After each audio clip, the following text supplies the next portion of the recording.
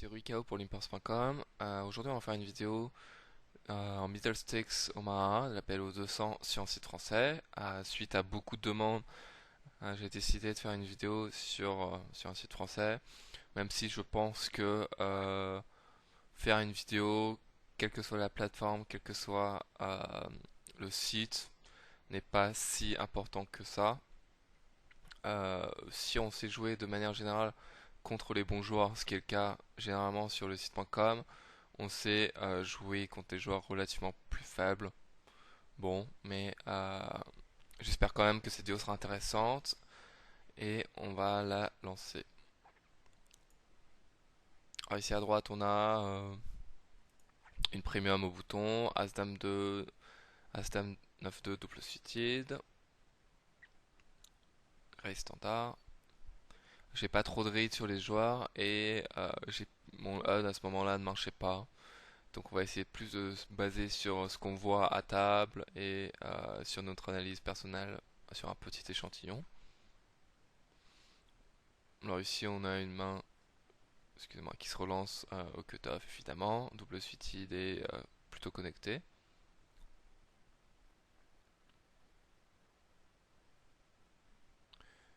On touche un flop qui est pas terrible mais qui mérite un continuation back si c'est checké à moi, c'est un flop relativement dry, le roi touche pas mal ma range.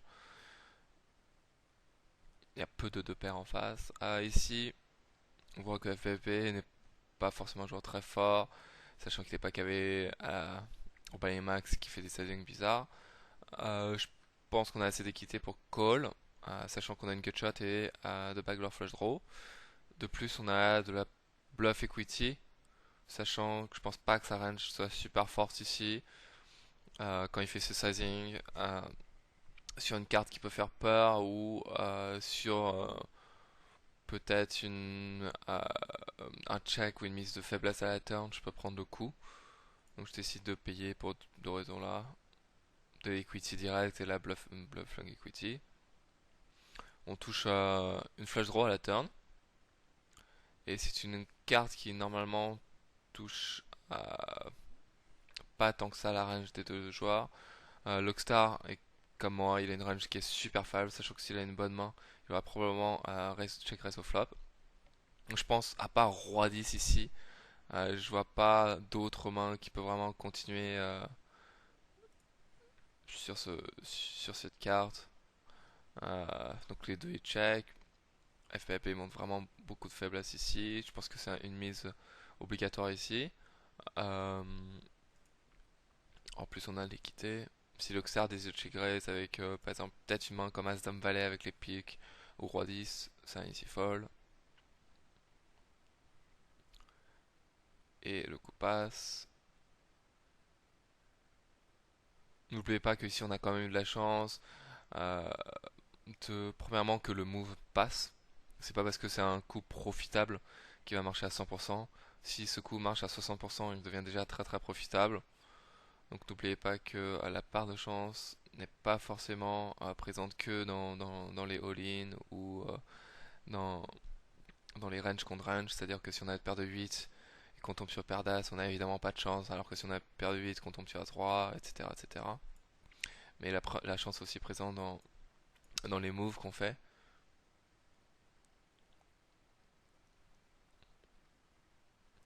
Alors ici, un limper, je décide de isoler au bouton avec une main qui est bien au-dessus de la moyenne et en plus on est en position. On se fait tribet par Navlik qui dans cette position, j'imagine qu'il y a une range super forte composée essentiellement d'As-As, Roi-Roi, euh, As-Roi, Valet 10 ou des mains de ce genre. Je le vois mal dans cette position tripette avec 5, 6, 7, 8, même double city. Je pense pas que ce soit super profitable. Il a pas la position et la plupart du temps je vais défendre.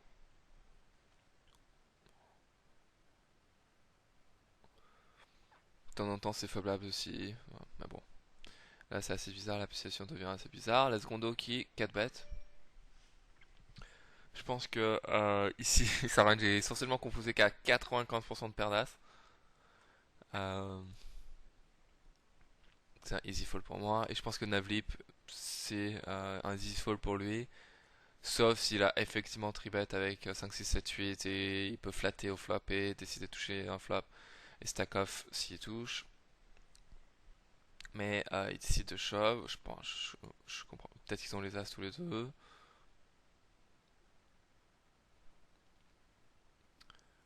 Ok, alors ici apparemment, Navlik a shove, paire de roi, je pense qu'il y a une erreur, même si c'est le top de sa range ici avec paire de roi. Enfin, c'est les meilleures paires de roi qui peuvent, pratiquement les meilleures paires de roi qui peuvent avoir roi roi double seated. Bon, évidemment, il y a roi roi dame valet double seated qui est mieux, mais il a probablement pas voulu fold sa paire de roi, se disant que de temps en temps il n'a pas les as et que même contre les as il joue relativement bien, ce qui n'est pas le cas. Comme vous le savez tous, les rois c'est la pire main contre les as ou n'importe quelle paire joue très mal contre les as. Et paire d'as, tiens, à droite, relativement standard.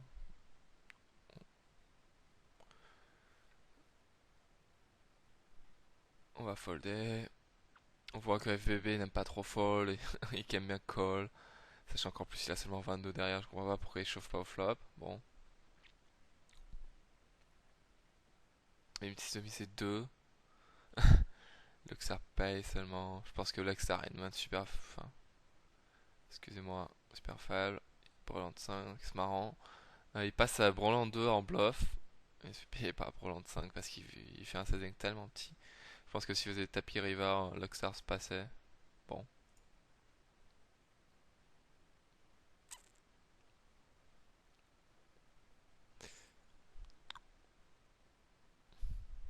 Alors on peut vraiment pas défendre, même si elle a l'air relativement belle.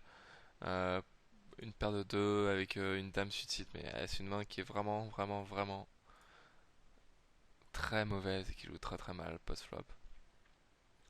Sachant qu'on est multi-way, on peut flotter le bottom Breland et on ne flop jamais couleur max. Donc c'est une main qui est vraiment à jeter. Toutes les petites paires et single suited, pas max, c'est vraiment des mains poubelles. Alors à gauche aussi, si on a paire de 2 double suited, c'est des mains du même genre et qui ne se jouent pas du tout UTG.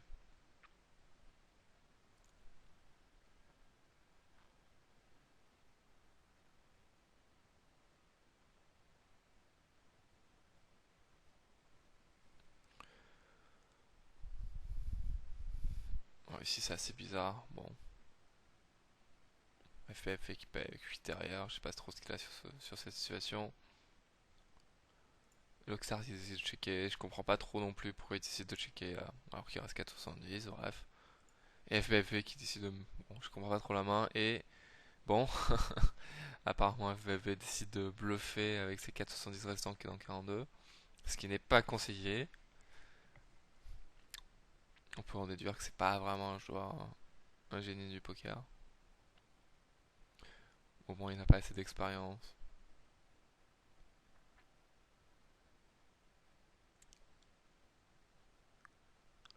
Il continue ses sizing, bon, il se fait raise tout de suite.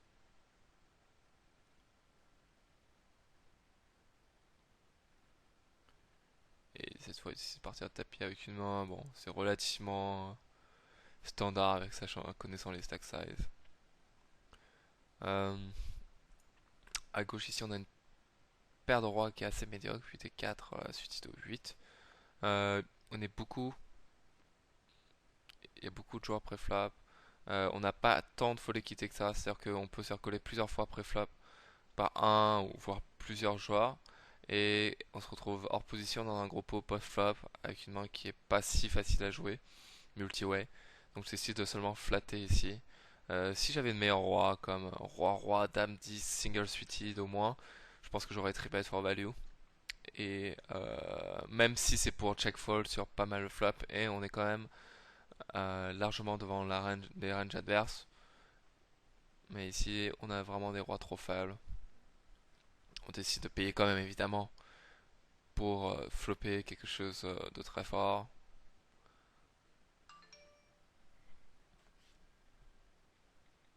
Ce qui n'est évidemment pas le cas ici. Je pense que c'est un très mauvais spot aussi pour essayer de bluffer sur cette turn. Évidemment, contre 3 joueurs, il y a bien évidemment quelqu'un qui a quelque chose, sachant que ça peut être constitué d'un jeu fait comme Nice et Dame, ou un jeu qui est relativement fort, As-Valet, ou un tirage couleur max, etc., etc. À droite, j'ai pas trop suivi, mais bon, ça a l'air relativement standard. Je regarde juste avec quoi il a joué. UTG, ok. Valet 9, 8, 4. À pique pour The Chef, on voit qu'il est assez loose UTG quand même. C'est une petite note à prendre. Alors ici, je décide de folder une main qui est relativement correcte. 5, 6, 8, 9. Je pense qu'au cut-off, je devrais décider de raiser. Mais là, on est vraiment UTG. C'est vraiment très très dur à jouer. Ce sera équivalent peut-être à un Dame 10 en No Limit Hold'em. Qui a l'air, ça a l'air correct, mais qui est très mauvais UTG. Enfin, pas si mauvais que ça, mais qui est pas assez fort pour être joué. Et si on continue ces settings, il passe, c'est bizarre, de fall. Décide de partir. Bon. À gauche, rien de spécial. On give up évidemment.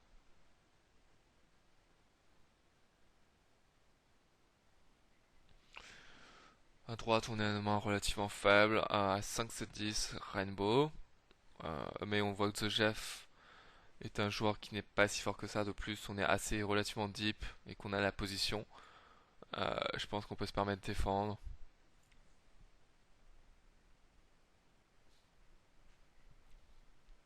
On flop relativement. Un flop relativement dry. J'ai l'as de pique. On peut essayer de représenter la flush draw, hein, de plus d'essayer de checker. Je pense que sur ce flop, c'est un gros signe de faiblesse. Je vois pas énormément de range de check call ici. Peut-être avec une dame qui est mal accompagnée sans flush draw. Euh, donc je décide de miser tout simplement. À gauche, on passe une trash. À droite, le Xartlim. Bon, c'est isolé par The Chef. On a une main trop faible pour faire quelque chose.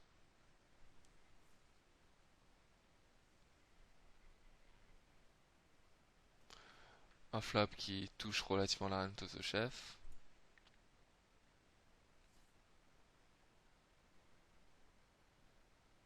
Et pas tant que ça la range de l'Oxars. À part peut-être As-Valet qui a joué de cette manière. As-Valet 5-2 qui a pas voulu raise, qui a pas voulu fall. Mais n'oubliez pas que si vous hésitez la plupart du temps entre un limp ou un fall en Omaha, surtout dans les positions early, je vous conseille de folder. Ça vous évitera beaucoup de mauvaises situations post-flop. Alors ici on flop un relativement correct, on a trouvé top pair et une over pair. On va protéger notre main. À la turn touche de pair mais qui apporte beaucoup de quintes.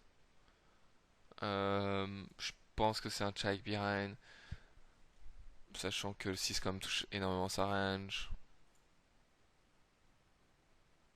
Et on river encore pire. Euh, je pense qu'on a quand même un peu de showdown value. J'ai checké et on a eu la chance de gagner. Je pense que à sa place avec As 9 8 8 ici avec les blockers à la turn, j'aurais plutôt lead à la turn.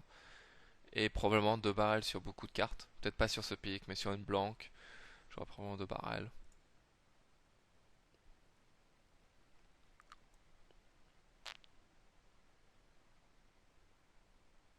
As-Dame 4 8, bon c'est un fold qui est relativement tight. Mais Pokemama est pas super deep, donc je décide de jouer la manière plus tight. À droite ici on a 2 barrels la turn, je crois que c'est ça ce qui s'est passé. Désolé, j'étais trop concentré sur la table de gauche, c'est ça. On relance avec paire de dames. On trouve bottom 2 et une turn qui est relativement correcte pour nous, à part 4 et 5. Elle n'a pas trop amélioré la main adverse, donc je suis obligé de protéger ma main. Alors ici c'est un mix très... c'est assez bizarre, il n'y a pas ce genre de situation en nos limites, je pense. Coup, c'est pas vraiment c'est un mix entre un value et un semi-plus. Je pense avoir la meilleure main, mais on fait parfois passer l'adversaire une main qui devra payer. Genre s'il avait quelque chose comme 7-8-9, Je pense qu'il aurait la cote pour payer, pratiquement la cote pour payer. Des mains type 40, qui ont 40% d'équité et qui devraient payer et qui ne payent pas. Donc c'est un mix entre un semi-bluff et un value. Donc ça reviendrait à semi-bluffer avec 60%. Donc on appelle ça protéger en nos mains. On protège notre main parce qu'on pense avoir la meilleure main. Et river évidemment, river la pire des rivers, ça touche complètement sa range. Je vais pas décider de bluffer ici. Il y a beaucoup trop de flush et de cartes dans sa range. Et évidemment, il avait payé avec juste la fleur au roi ici. Je pense que c'était une erreur par contre. Et qu'il avait pas assez d'équité pour payer. Et il a eu la chance.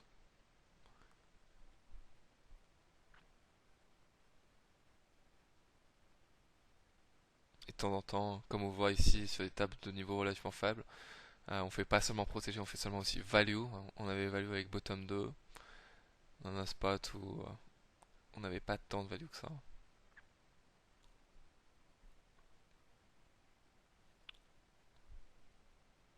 J'ai l'impression de jouer tous les coups UTG. Je sais pas si c'est pareil, si vous le voyez ou pas, mais j'ai l'impression d'être UTG à chaque main. Bref.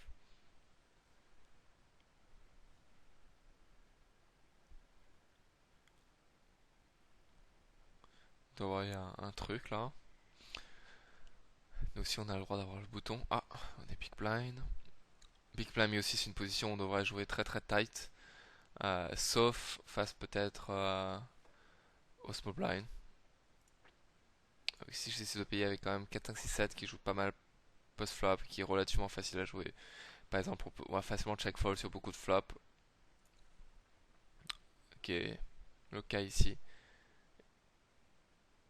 Euh, mais je décide de, pourquoi pas check raise aussi. Bon, c'est. Je décide de check raise parce que je pense que sa range ici est assez faible au bouton et qui va CB 100% sur ce flop.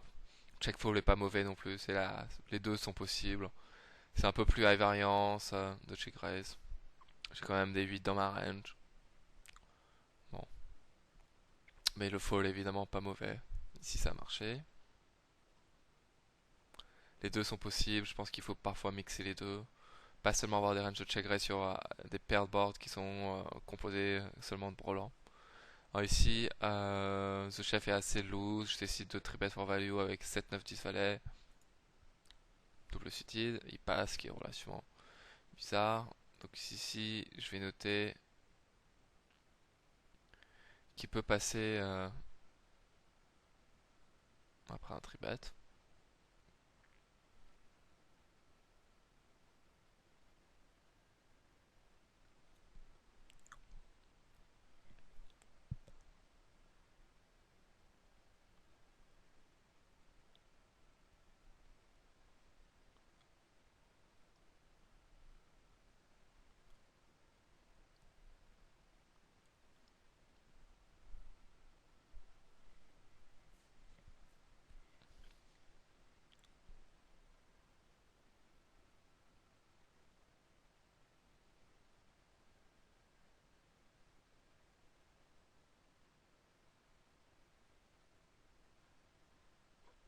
Bon, pas vraiment d'action ici. À gauche, si c'est passé, on va compléter. Double suited, avec de grosses cartes. Ici, je pense que on va leader tout simplement. J'ai pas une main assez forte pour check raise, sachant qu'on a seulement top et bottom et qu'on est assez deep. Mais j'ai pas super envie de check call non plus, laissant des free cards à l'adversaire.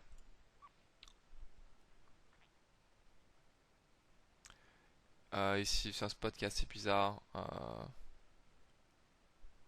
Je décide de protéger ma main, sachant que on a deux paires et une flush draw. Je sais pas, ici non plus, j'ai pas super envie de check call. Et j'ai pas super envie de check raise, donc je décide de l'idée. Et si raise, je pense que c'est un fold.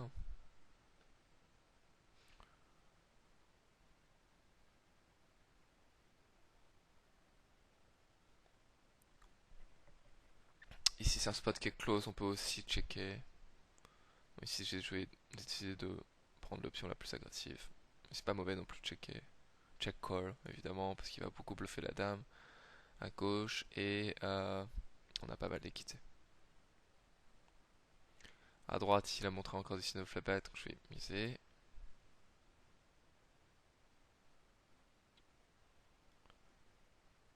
Ici, j'essaie de raiser mass full blind. Ici, alors ça dépend beaucoup de joueurs. Si le joueur est relativement faible, vous pouvez raiser. Mais si le joueur commence à beaucoup tribet, à beaucoup défendre, et jouer en position contre vous, c'est un fold. Donc ici, je voulais juste tester euh, mon voisin de gauche, comment il réagissait à mes raises de la small blind. Donc de manière générale, je vais continuer à raiser jusqu'à ce qu'il montre du répondant.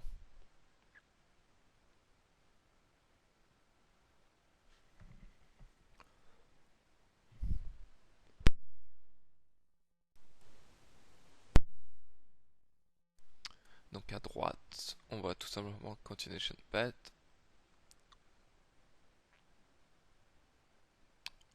À droite, je reste au cut-off avec une main relativement correcte. On s'est fait call par Navlip et tribet par Lascondo. Je pense qu'ici c'est un fold, sachant qu'on a un as et en plus on a quelqu'un à parler derrière nous, que ce soit pré-flop ou post-flop, parce qu'en position relative, on est quand même euh, le premier pratiquement à parler, sachant que Lascondo va beaucoup ses bêtes, vu que c'est le tribetter initial et que on devrait parler avant Navlik, qui aura la position parfaite pour jouer sa main. Donc je décide de seulement folder. Et j'avais raison puisque je ne touchais pas grand chose. je plaisante. Mais bon. Ça me fait toujours un pincement au cœur quand je fold pré-flop et que je touche. J'aurais touché full au flop. Ouais, bon.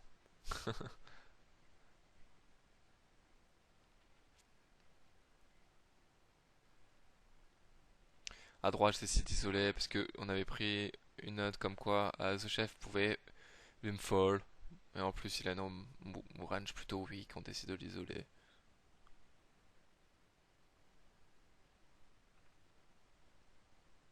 Même si nous-mêmes, nous n'avons pas une main très très forte. Je sais pas si tank pour limp shove, enfin limp re-raise ou limp fold. On trouve un flop magique, évidemment. Les notes décident de coller. Bon, j'imagine que la plupart du temps ici, il a une main type As-Roi 19 ou quelque chose comme ça. La turn est relativement bonne pour nous aussi. Ouais, on est obligé de barrel for value, protection, etc. Ici, à part s'il a As-Dame ou As-Roi Valet 10 avec les As-Roi Valet, As-Roi Valet 10 ou quelque chose comme ça, je pense qu'il va fall beaucoup de temps. C'est une turn que j'aurai beaucoup de barrel parce que je m'attends à ce qu'il fall tous les As qui n'ont pas fait de paire. Même s'il a As-2, c'est très dur pour lui. Sachant que la river, tous les rivers le font quasiment perdre de la valeur à sa main.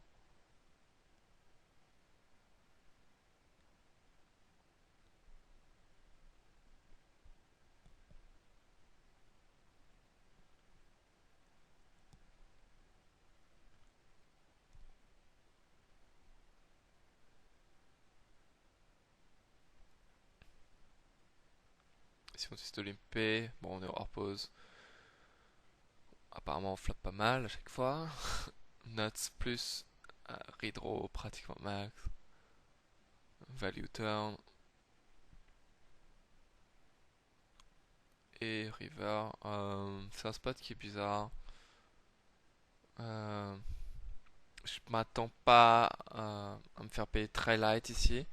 Donc je décide de check pour deux raisons. Premièrement pour pas de contrôle. S'il se trouve qu'il a As-Roi, on va perdre moins. Et il peut décider de bluffer.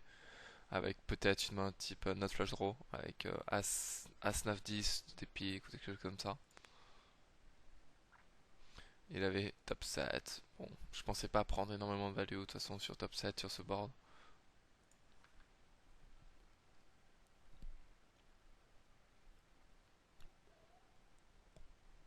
On va faire la même chose. Juste tant qu'il s'adapte pas, on va l'isoler. On trouve brelan flop sur un flop monocolore. Je pense qu'on va continuation bet pour plusieurs raisons. Premièrement, je pense qu'on CB 100% de notre range ici. Donc si on commence à check, euh, on, on a une range plutôt qui est pas assez, qui est assez visible. Sachant que si on check sur ce genre de board, on aura une main type petite flush, voire brelan, quelque chose qui a de la showdown value. Sachant que c'est un board qu'on va beaucoup c-bet. Et donc on est obligé de c-bet avec nos mains qui touchent ce board aussi, pas seulement les notes. Sinon ce serait beaucoup trop facile pour l'adversaire de jouer contre nous. Et pour deux raisons aussi, pour protéger, on ne laisse pas de free card à 10 valets, des mains type 10 valets roi. Et à la turn, je décide de miser pour deux raisons. Pour protéger, premièrement, contre les mains type 10 valets roi qui auraient peut-être pu payer une fois au flop. Et deuxièmement, je pense de temps en temps pouvoir faire fold une petite flash. Peut-être une flash aussi, ça va être très dur pour lui, sachant que ça revient pour lui de mettre son tapis. Et même quand on est une flash, on a l'équité, sachant qu'on a Bourlan et qu'on peut toucher full. Donc je pense que c'est un semi-bluff qui est rentable. On fait une somme qui nous commet 41. Et ici de shove.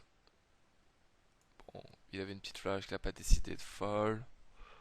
Bon, et on n'a pas touché, c'est pas très grave. À gauche, on a flopé top 7. Qu'on va value dans 3-bet pot, évidemment.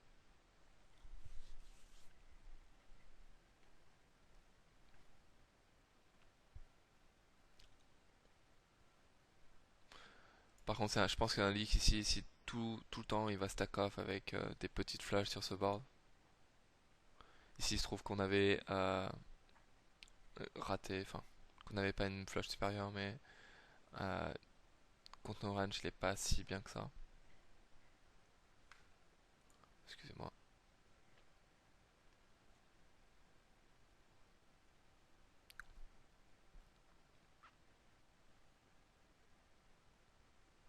Ici, on touche les nuts, qu'on va miser, qu'on va value turn, et je pense pas qu'il va bluffer beaucoup de cette river. Et je pense pas que sa range est énormément de draw, donc je vais value ici pour me faire hero call par un roi ou un 4, ou peut-être les as. Et il paye avec les as.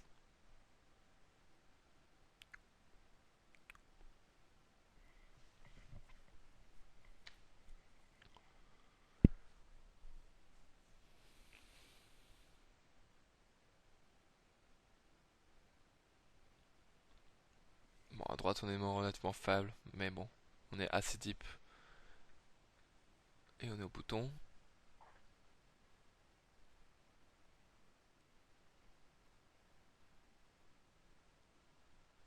À droite, on a une main qui est relativement bonne, 4-handed. On a trois grosses cartes, dont une suite à l'as, dont deux suites à l'as. Ici, on va tout simplement continuation bet, on a de l'équité. Et on a la folle équité aussi. Donc, euh, à la turn, je décide de check back parce que je décide de prendre ma free card. On a pas mal bluffé The Chef. Je pense pas qu'il fold beaucoup de mains. Le maximum qu'il peut fold c'est un 10. Et de temps en temps, il a une main comme un As-10 avec le pic qui va pas fold. Qui est devant notre range. En plus, parfois, de temps en temps, il peut trap avec un valet. Donc, je décide de prendre ma free card.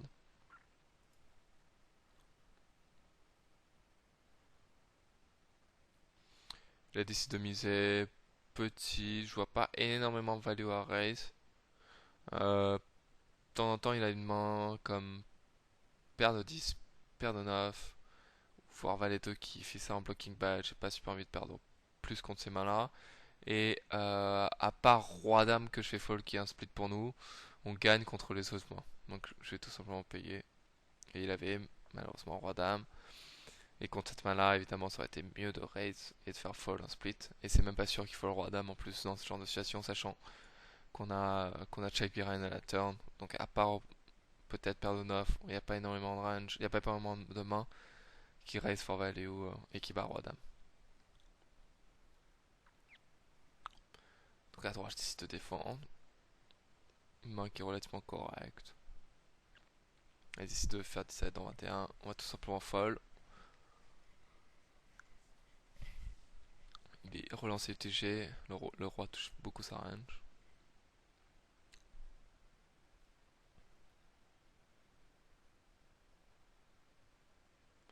Si à droite, je vais pas stab. On est contre 2 joueurs.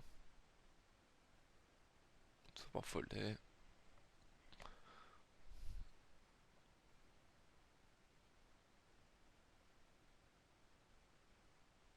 Relancer bouton standard.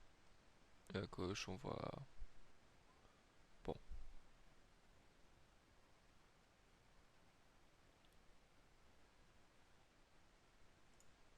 Alors ici à droite.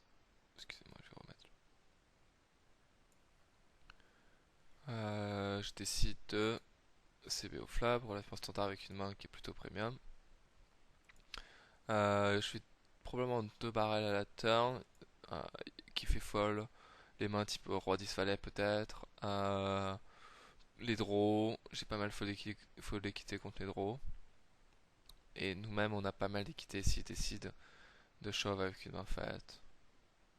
Enfin de raise avec une main faite. Je pense que je vais payer ici. Sachant que je m'attends pas à ce qu'il fasse ça avec un draw. Alors beaucoup de joueurs de SX le font, mais je pense à ses limites. La plupart des gens, les joueurs le font avec une main faite, type roi-dame qui voulait voir une safe card turn, ou paire de 3 qui décide de jouer de la même manière. Et contre ces mains-là, j'ai la cote pour payer, sachant qu'en plus il y a un peu d'argent derrière, donc il y a un peu d'implied. Et de plus, on peut représenter les carreaux, ou quelque chose comme ça. Mais rien qu'en équité pure, je pense qu'on les a. Et on n'a pas touché river évidemment. Donc là, tout simplement follet.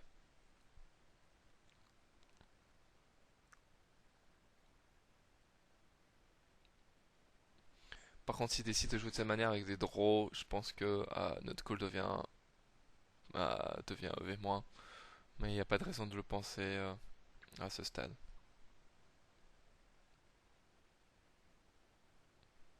CB standard.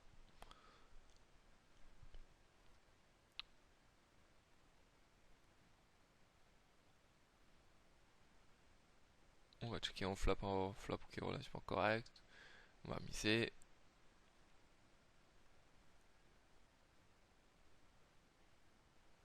On touche une turn qui est pas terrible pour notre main. J'avais pas super envie de check call. Sachant que je laisse tout. S'il a une main type roi-dame avec les traves, je laisse toutes les free cards pour lui. Euh, et j'ai pas super envie de check call parce que de temps en temps, évidemment, je suis battu. Si je décide de bet, je pense que premièrement, je protège contre toutes les mains qui sont derrière nous et qui ont beaucoup d'équité, type justement roi-dame. Et je pense pas qu'il va beaucoup bluffer ici si je décide de bet. Donc ça va être facile pour nous de jouer ici raise. Donc ici, on flop une main qui est assez bizarre. On flop le bottom full. Je décide de faire tout petit river pour espérer qu'il y ait une main type 9 dame qui me paye. Je pense pas qu'à ce stade il va beaucoup bluffer la river. Donc ici à la river c'est un mix entre un blocking bet et la value. Mais malheureusement il avait juste le full au-dessus. Peut-être que check fold était un petit peu meilleur. Mais bon, je décide de faire la moitié du pot. De temps en temps il peut me payer avec 9 et dame. Ou un 10. As 10 avec les trèfles.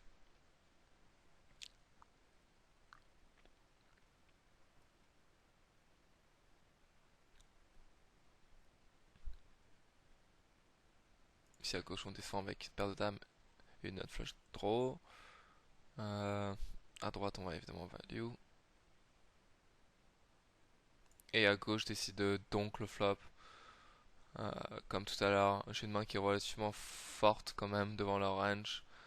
Et j'ai pas super envie de check call. Elle est pas assez forte pour check raise. Et je laisse beaucoup de cartes gratuites. Donc on utilise plutôt une safe turn, à part les rois ou les asks qui ont décidé de jouer de cette manière. On est devant le range, donc on protège.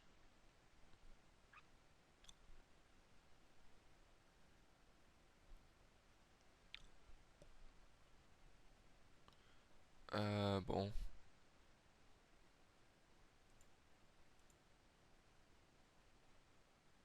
ici j'ai décidé de shove pour...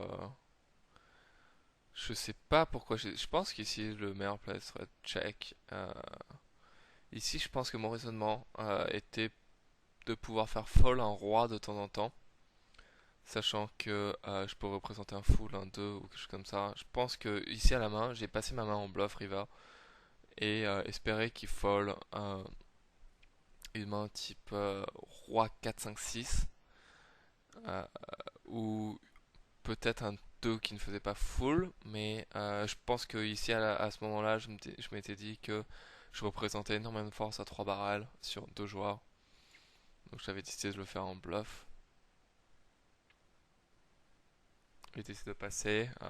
C'est vrai que la plupart du temps ici il passe avec la moins bonne main, mais de temps en temps je lui fais fold un roi ou un 2 qui ne fait pas full.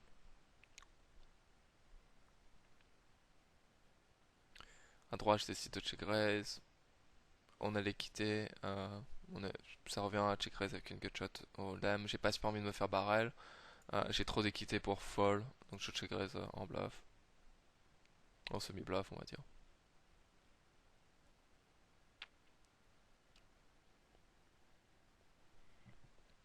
Si vous avez une main type même top pair et que vous n'avez pas super envie de vous faire barrel et que vous n'avez pas la position, ce serait pas mal aussi de parfois de check raise et de passer sa main entre guillemets en semi-bluff. Et ça permet aussi à votre adversaire de moins CB contre vous, ce qui est plus facile à, qui vous facilite quand même la vie. Donc à droite, on fait toujours la même chose, on va isoler The Jeff. Avec une main qui est relativement potable. On va continuation bet. Il décide de coller. Je pense que, à part ici, à part s'il avait As-Roi ou As-5, il peut pas vraiment continuer sur cette turn. Je représente énormément de force. Je peux avoir moi-même un 5 ou un full. Et la river, je pense que c'est un bon spot pour shove. Sachant que s'il avait pas une main, il a rarement valet dame dans sa range. Je pense que sa main est, avec son timing à la turn est essentiellement composée et capé à un 5. Je pense qu'il a pratiquement jamais un full, euh, puisque peut-être à 5 joué d'une manière bizarre, mais tous les as, tous les rois, je pense qu'ils ne jouent pas de cette manière, soit ils raise, soit ils limp, re-raise préflop. Euh, donc je pense que je fais fold la majeure partie de sa range ici. Et que en PLO on a pas mal de fold équité, river. Comme tout à l'heure avec ma paire de dames As-4 Dame-Dame, je pense avoir le même raisonnement. Je pense me faire call beaucoup à la turn, mais que j'ai beaucoup de fold équité, river. À gauche, une main plutôt premium au cutoff.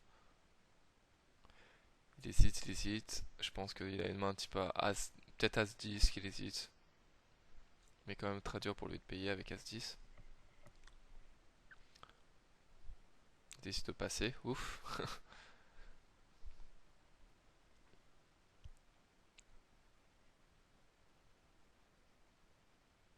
Et à droite, on flop qui est pas terrible, on est obligé de protéger notre main. On fait fold des mains type As-Roi 6. À turn, ça touche. Je pense que ça touche beaucoup sa range, le 2. Il va beaucoup payer avec les types 4-5, 4-5-6 ou des mains comme ça. On n'a pas tellement de ça. Bon, il avait une main juste au-dessus paire d'as. Bon, je sais pas pourquoi il a pas tripet pré-flop.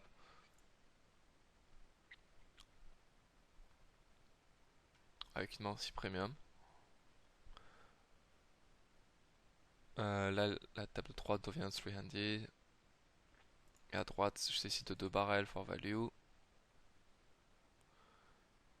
Et river, je décide de check pour check call parce que je pense que j'ai plus énormément de, de value à prendre. Sa main est essentiellement composée de draw à la river, voire de te perdre roi 4 au maximum qui peut foller river. Donc je pense que j'ai plus de value à check call river. Donc je vois qu'il colle vraiment très light à la turn. Je sais pas pourquoi il colle avec ça. Sachant que là, s'il touche qu'un, ça peut faire flush. Enfin bon. Et on peut supposer aussi qu'il bluffe pas. Donc ici, on va arrêter la session. J'espère qu'elle vous a plu. Euh, on voit que tous les moves n'ont pas marché. Comme je l'ai dit, il y a beaucoup de chance aussi quand on fait un move. Si vous pensez qu'un move est profitable et qu'il n'a pas marché sur le moment même, ce n'est pas pour autant que c'est un move qui est EV-. C'est comme tout. Quand vous avez paire de dames et que vous perdez contre As-10, c'était un 70-30. Ça revient au même avec les moves. Vous avez peut-être 70% de chance que ça passe et 30% du temps, il peut avoir max ou il peut décider de coller. Mais c'est ce qui compte, c'est que la profitabilité du move. Donc voilà, voilà pour cette vidéo. J'espère qu'elle vous a plu et à une prochaine fois.